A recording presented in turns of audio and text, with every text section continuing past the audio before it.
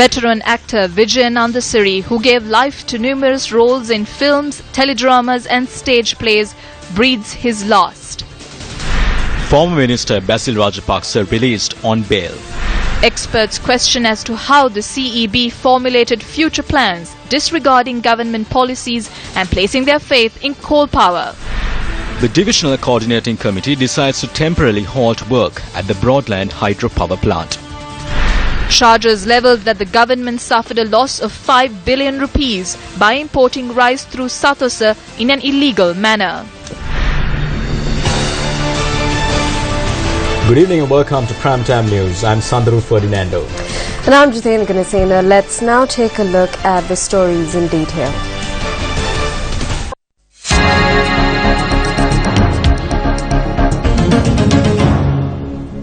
The newly constructed technology laboratory at the Malharu Sulhia National School in Galle was declared open by President Maithripala Sirisena today.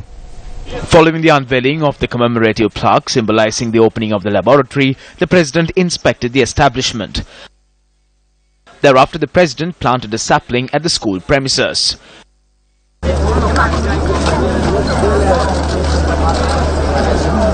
Meanwhile, the Dadalla Piyadigama weekly fair was declared open by the President today.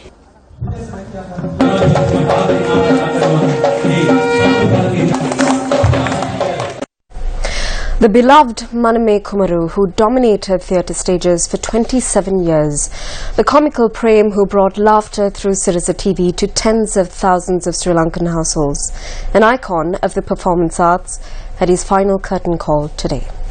Vijay Nandasiri, the celebrated thespian who for 5 decades brought smiles, joy and laughter to millions of faces, passed away this afternoon. Vijay Nandasiri, who played major roles in popular plays including Naribana, Jasaya, Lenchina and Singhabau since 1966, reached a milestone in his acting career in 1973. Professor Edrivira Sarachandra decided to cast Vijay Nandasiri as the titular character Maname Kumaru in the play Maname.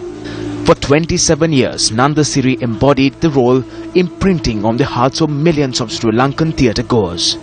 Having already dominated the stage, Vijay Nandasiri entered the world of cinema with the film Nadayo in 1976.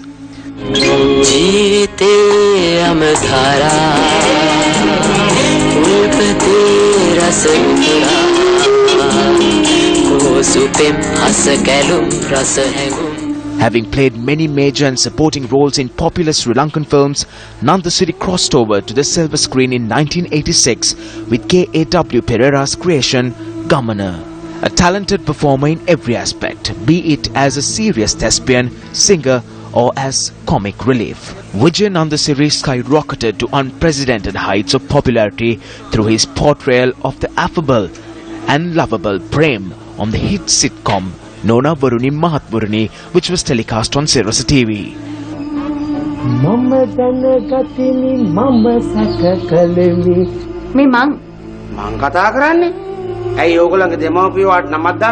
Through his performances on Yes Boss, Yes Madam and Punchipaya Mang on Sirasa TV, Vijay Nandasiri continued to add his acting credentials and popular appeal.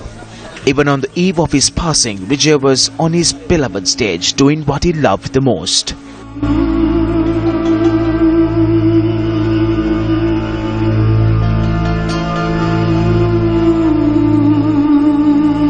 Vijay Nandasiri bid a final farewell at the Colombo South Teaching Hospital today at the age of 72.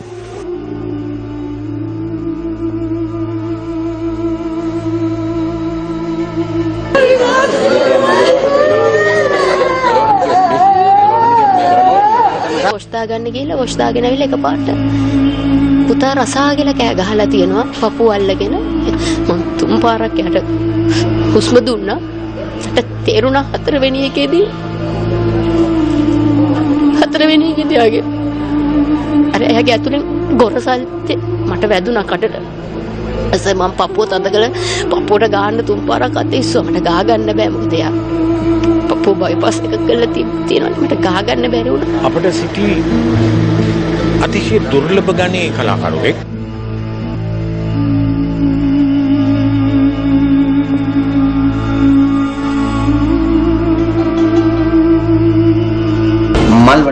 අවශ්‍යයි. එන්න එදිනට අපගේ නාට්‍ය රබන් මල්වඩම් අනවශ්‍යයි. His immense talent, accompanied by unmatchable humility and compassion, will leave an indelible mark on the hearts of all Sri Lankans, young and old. May you attain Nirvana.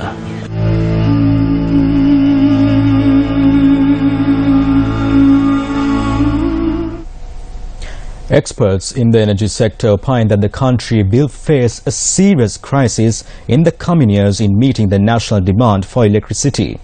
This has been attributed to the preparation of generation expansion plans by the Ceylon Electricity Board, keeping faith in coal-fired power plants while disregarding government policy on embracing natural gas and renewable sources. The CEB's Generation Expansion Plan from 2013 to 2032 was submitted for the approval of the Public Utilities Commission of Sri Lanka in October last year. After studying the document and holding public consultations, the PUCSL decided that the plan could not be approved. The primary cause for this decision was that the CEB had decided to stick with coal-fired power plants as the main source of energy for the next 2 decades. The CEB had proposed to construct 9 new coal-fired power plants to meet more than 70% of the national energy requirement. The Maitri Palane manifesto states that the country will move to embracing 100% renewable energy sources. On the other hand, coal and fossil fuels are harmful to the environment. On the other hand, it is contrary to government policy. Unfortunately, the new generation expansion plan submitted by the CEB to the Public Utilities Commission proposes the construction of more coal power plants. So the government has decided that it cannot concur with the CEB's proposal because it is contrary to government policy and they have been instructed to draw up a new plan. The CEB has been given 4 months to do this. On the 27th of July, through this letter addressed to the PUCSL, the CEB had submitted a new plan for 2017 to 2035, making amendments to its previous plan. However, having examined the plan, the PUCSL noted that the report was incomplete and that a comprehensive report in line with government policy directives should be submitted. According to CEB data, while the national demand increases by 6% annually, no new power plants have been added to the grid since the commissioning of the Norchole coal-fired power plant in 2010. There is a new challenge regarding how we are going to meet national demand in 2018, 2019 and 2020. His Excellency the President and the Honourable Prime Minister have held discussions with India and reached an agreement on alternatives to coal, including natural gas. Even if the Sampur power plant is commissioned, it will come into operation in 2021 or 2022. So there is no space at all for coal power plants to meet the increasing demand. We must meet the shortfall with alternatives. The best alternative is renewable energy. The government is currently preparing a plan where we can all generate electricity and contribute to the grid. Major promotion of solar panels will be undertaken to meet the increasing demand. The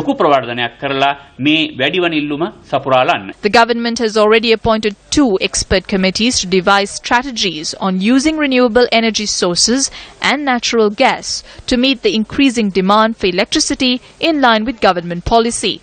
One of the committees, chaired by Professor Sirimal Aberatna, will study the increasing demand for electricity and the cost of switching to other energy sources and submit a report to the government. Meanwhile, a parliamentary subcommittee chaired by Professor Ashu Marasinghe is also carrying out research on challenges facing the energy sector. Since the whole world is highlighting the importance of power from renewable sources, we hope by 2030 that Sri Lanka too will use 100% energy from solar power, wind power, bioenergy and other renewable sources. Discussions are taking place in Parliament these days regarding the future course of action that needs to be taken. Is the country's water resource under threat due to large-scale human activity in the Central Hills? This is a News1st special report. Kitulgala, a scenic paradise and popular tourist attraction, is a major catchment area that nourishes the Kalani River. In 2013, the Broadlands hydropower project was initiated, diverting the Kalani River, which flows across Kitulgala in Polpitia and carrying the water to the power plant in Kalubo, Thanna. The tunnel being constructed across the Polpitia village has already given rise to numerous issues. We came to these homes on the 25th of February 1981. Given that the houses are sinking for the first time in 35 years, the only reason we can find is this construction site. The Ambagamua Divisional Coordination Committee decided today to temporarily halt the project until compensation is given to 32 families. However, no one has succeeded yet in mitigating the irreparable harm that is being caused to the natural beauty and biodiverse ecosystem of Polpitia. Cave-ins reported in Polpitia yesterday bear testament to the environmental destruction. Similar harm was caused to people residing in Makuluella Bandaravela as a result of the Uma Oya multipurpose project in January last year. This was caused by a leak in the tunnel carrying excess water from the Dairaba reservoir under the Uma Oya project to the underground power plant being constructed in Karandagolla. Wells which were full of water only days before emptied before the eyes of the villagers of Makunuella.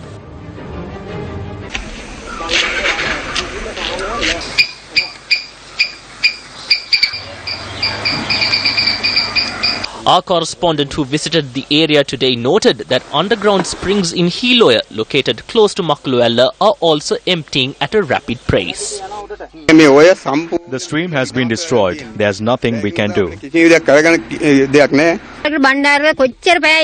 No matter how hard the sun shone, Bandaravela was never short of water. Even if there was a water shortage, the stream would flow on. Water was plentiful here. You could hear the rumbling of the underground springs from here. Today, Bandaravela is becoming like Hambantota and Trincomalee. There isn't a drop of water. There were several leaks reported in the tunnels of all these projects in the recent past. What is even more dangerous is that at times the water would not enter the tunnel and would flow under the tunnel parallel to the surface. This affected the solidity of the soil and created new underground streams, causing major landslides and cave-ins which swallow up homes and villages whole. It is very unfortunate that no attention has been paid to this problem. The ministry and the competent officials have not implemented a regulatory framework in Sri Lanka to monitor if the environmental recommendations are being followed. නියමාකාරයෙන් ක්‍රියාත්මක වනවාද කියලා බලන්නට නීතිමය යාන්ත්‍රණයක් එහෙම නැත්නම් නියාමන ක්‍රමවේදයක් ලංකාවේ මේ වෙනකොට ක්‍රියාත්මක වෙන්නේ නැහැ.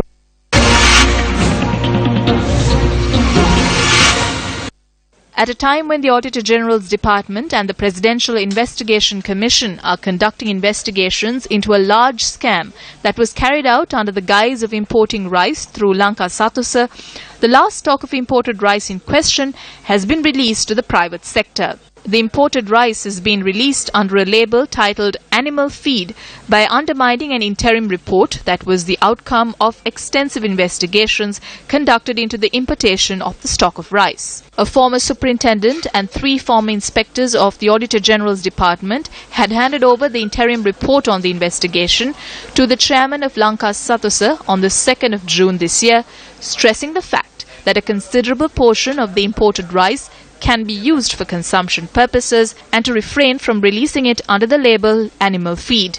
The warehouses used to store the imported stock of rice was regularly checked by the team of investigators from the 19th of November 2015 to the 30th of July 2016.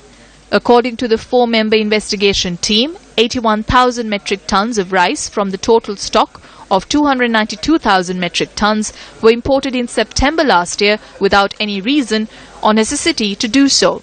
Lanka Satusa had incurred a cost of 18 billion rupees to import the stock of rice, while the loss suffered by the government exceeds 5 billion rupees. What has become of the interim report that was handed over to the chairman of Lanka Satusa on the 2nd of June, which is a valuable tool to identify the perpetrators to the scam? Is it justifiable to conceal the findings of the report from the public when public funds amounting to 1 million rupees has been spent on formulating this report? Secretary to the Ministry of Industry and Commerce, this is over to you. On to a headline-making story. Former Minister of Economic Development Basil Rajapaksa was released on bail today. Former Minister Basil Rajapaksa, who was hospitalized after he was remanded, arrived at the Kaduwela Magistrates Court today by ambulance. In the meantime, Colombo High Court Judge MCB.S. Moraes had granted permission for the former minister to be bailed out after taking into consideration the bail application filed by Rajapaksa's attorneys. Based on the decision made by the Colombo High Court, Kaduwela Magistrate Dhammika Hemapala ordered that Basil Rajapaksa be released on a surety of 1 million rupees. Meanwhile, former Director General of the Divinagama Development Department, R.A.P. Ranawaka, who was also produced before court today, was released on a surety worth 1 million rupees. Basil Rajapaksa was arrested and then remanded over the misuse of Divinagama funds to purchase aluminium pipes. Following the conclusion of the hearing today, the former minister was taken back to the Colombo National Hospital by ambulance.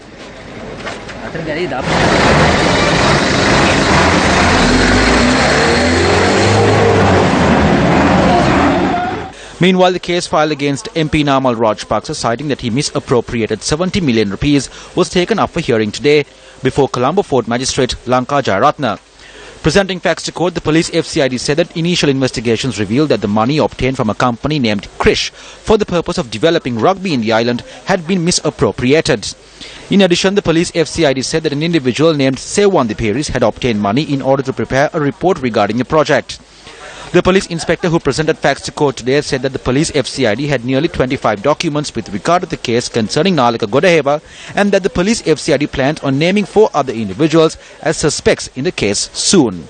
The case was postponed until the 21st of October. After they remanded me and released me on bail, they sent information regarding 4 other suspects to the Attorney General. A land which I know nothing of too has been entangled in this case. So the police and the FCID of this government of good governance had to wait until I was remanded and released on bail to inform the Attorney General that there are 4 other suspects in the case and to seek his advice on the matter. Former President Mahinda Rajapaksa is currently engaged in a tour of South Korea. The media division of the former president stated that Rajapaksa was hosted to a lunch by South Korea's Deputy Speaker Shim Jae-chul today. Meanwhile, speaking at a public rally held in Attanagalla yesterday, former President Chandrika Bandaranaike Kumaratunga commented on the 2009 assassination of senior journalist Lasantha Wickrematunge. Mahinda's wife has said something somewhere, and for that reason Mahinda called Lasantha Wickrematunge and told him that he would kill him. Later he was murdered on the main road. It was Lasantha himself who told me this. Mahinda's wife had apparently visited a Hindu Kovil in India where women cannot enter. She had forcefully entered the premises with her husband. Then they had washed it for 7 days with turmeric water. That was their system. And that was all because this has been published in the newspaper. When such a thing is published, you should laugh it off and move on. Look at how much was published about me, but they killed him for it. Some media institutions are using the media freedom that we have provided to bark for Rajapaksa from morning to night. Only a few are doing this. We need not take much note of it.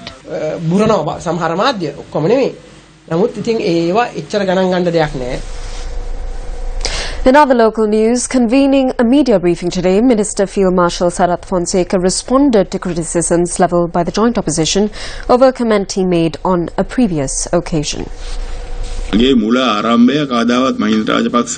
My beginnings have nothing to do with Mahinda Rajapaksa.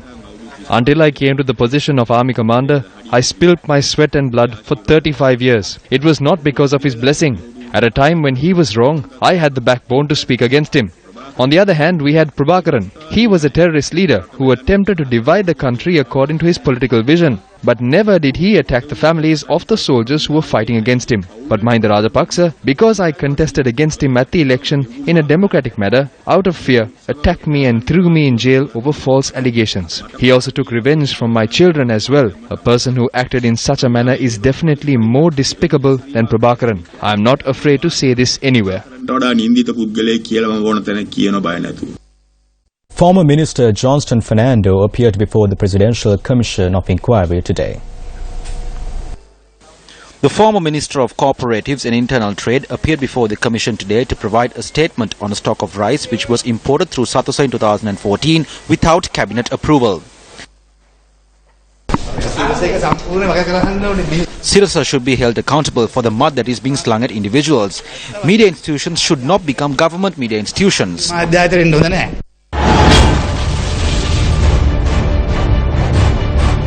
Investigation launched by the Criminal Investigations Department over an alleged conspiracy hatched with an LTTE member to assassinate the former president. Police investigation into an incident where documents were destroyed in a fire which broke out at a ministry building during his tenure as minister.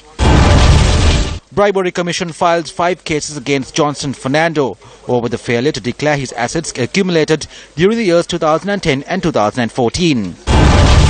Allegations that goods belonging to Satasa were obtained without making any payments. Johnson Fernando remanded and later released on bail. Opposition accuses the former Minister of Financial misappropriation during the 2011 Isru Savio cooperative ceremony. Another allegation over the alleged use of 160 million rupees for the election campaign, which was obtained from a Malaysian businessman under the guise of improving the sport of rugby. For your attention. An access road for a village, clean drinking water, an anicut to supply water for the fields, a school building roof in dire need of repairs. Thousands of villagers facing a plethora of such issues have received a new lease on life through the government the 100 Days program. Let's take a quick look at the projects that are currently underway through the massive National Public Service Initiative. Gamata 100 Days, Day 20. In just 2 more days, the residents of the village of Pathlagama in Hambantota will receive a solution to the human-elephant conflict in the form of an electric fence. A drinking water project for residents of villages surrounding the Hambegamo Secondary School is also nearing completion. This project is being supported by the Sri Lanka Navy on the instructions of President Maithripala Sirisena. Renovation of the Chinagahina Canal, which supplied water to 190 acres of paddy fields in the Katduwa village in Malimbada Matra, is also progressing at a rapid pace. The drinking water scheme initiated for the villagers of Boralagama in Valikama Matra, who have been suffering to eke out an existence in the absence of the most essential of human needs, is in the final stage of completion. The project to provide clean drinking water for students of the Parantan Tamil College in Kilinochi commenced on the 20th of July. Work on the infrastructure and clean drinking water project of the Uttujeni Mixed Public School in Batiklo is also progressing at a rapid pace.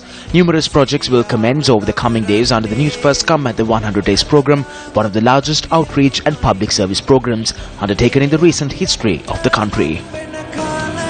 Gamata 100 Days, Day 20.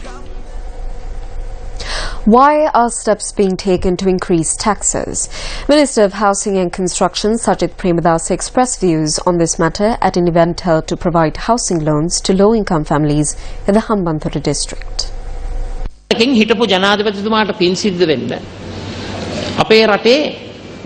Thanks to the blessings of the former president, our country has been entrenched in a gigantic debt trap. The high interest loans that he took has to be repaid by us. A harbour was built, but no ships are anchored here. An airport was built, but no aircraft land there as well, nor were any jobs generated through those projects. We as cabinet ministers too can sit back and without increasing taxes not do any development projects and say, may the gods shower their blessings on the president, the prime minister and the people. However, my friends, we were not elected by the people of this country to stay inactive. Minister of Finance Ravi Karnanayaka expressed his views on loans obtained while attending a Grade 5 scholarship examination seminar held for the students of Colombo North.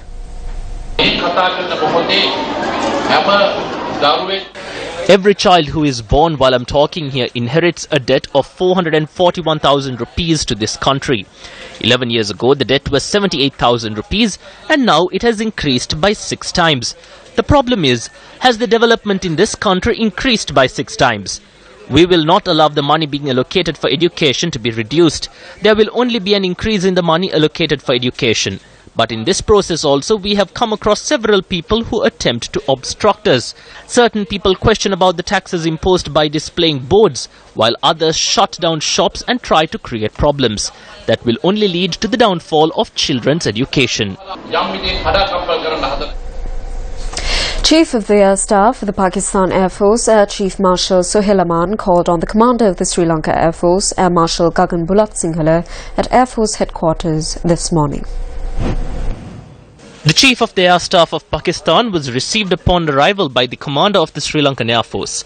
The visiting Air Chief Marshal was then accorded a Guard of Honour conferred by the Colour Squadron of the SLAF. Mementos were exchanged between Air Chief Marshal Sohail Aman and Air Marshal Gagan Bulat Sinhala to mark his visit.